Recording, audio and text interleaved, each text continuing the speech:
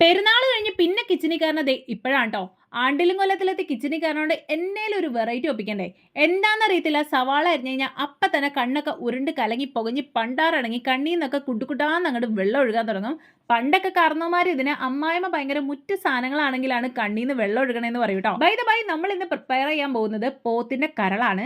അപ്പോൾ കഴുകി വൃത്തിയാക്കി വെച്ചിരിക്കുന്ന കരളിലേക്ക് പച്ചമുളക്, വെളുത്തുള്ളി, ഇഞ്ചി ചതച്ചത്, സവാള, കുരുമുളക്, മുളക് പൊടി, മഞ്ഞൾപ്പൊടി, ആവശ്യത്തിന് ഉപ്പും വെളിച്ചെണ്ണയും കരിവേപ്പിലേക്കിട്ട് നല്ല പോലെ ഇളക്കി യോജിപ്പിച്ച് തിരുമ്മി ഒരു 10 മിനിറ്റ് അങ്ങോട്ട് റെസ്റ്റ് ചെയ്തിട്ട് കുക്കറയിൽ ഒറ്റ വിസിൽ അങ്ങോട്ട് അടിച്ചെടുക്കാം.